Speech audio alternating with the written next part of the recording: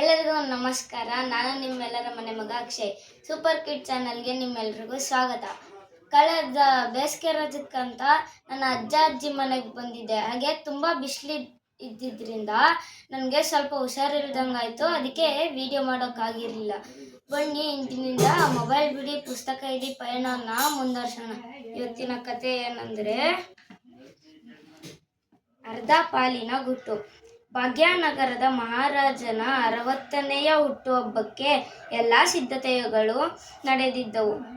ಮೀನಿನ ವಿಶೇಷ ಅಡುಗೆಗೆಂದೇ ಎಲ್ಲರೂ ತಯಾರಾದರು.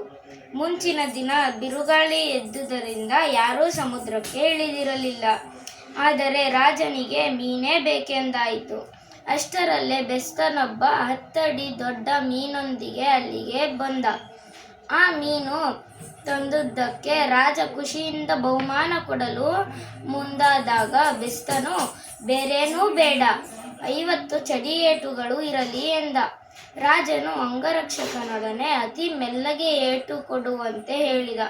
25 ಏಟು ಆಗುತ್ತಲೇ ಆತನೆಂದ, ನಿಲ್ಲಿಸು, ನನ್ನ ಕೆಲಸದಲ್ಲಿ ಮೀನುಗಾರನೊಬ್ಬನಿದ್ದಾನೆ, ಅವನಿಗೆ ಬಾಕಿ 25 ಚಡಿಯೇಟು ಕೊಡು ಎಂದ.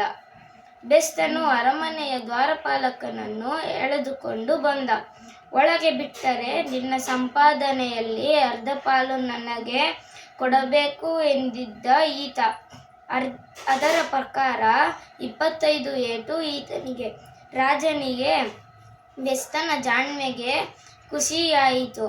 ಇನ್ನು ಮೇಲೆ ನನ್ನ ಸಭೆಯಲ್ಲಿ ನೀನೇ ವಿದೂಷಕನಾಗಿರು ಎಂದು ಅವನನ್ನು ನೇಮಿಸಿಕೊಂಡು 25 ವರಹಗಳ ಇನಾಮನ್ನೇ ಅವನಿಗೆ ನೀಡಿಸಿದ.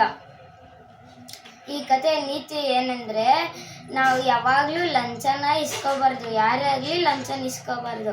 ಅಕಸ್ಮಾತ್ ಏನಾದರೂ ಲಂಚ ಕೊಡೋ ಪರಿಸ್ಥಿತಿ ಬಂತು ಅಂದರೆ ಅದನ್ನು ಜಾಣ್ಮೆಯಿಂದ ಅದನ್ನು ಎದುರಿಸಬೇಕು. ಸರಿ ಗೆಳೆಯರೇ, ಈ ವಿಡಿಯೋ ಎಲ್ಲರಿಗೂ ಇಷ್ಟ ಆಗಿದ್ರೆ ಲೈಕ್ ಮಾಡಿ, ಕಮೆಂಟ್ ಮಾಡಿ ಹಾಗೂ ಶೇರ್ ಮಾಡಿ.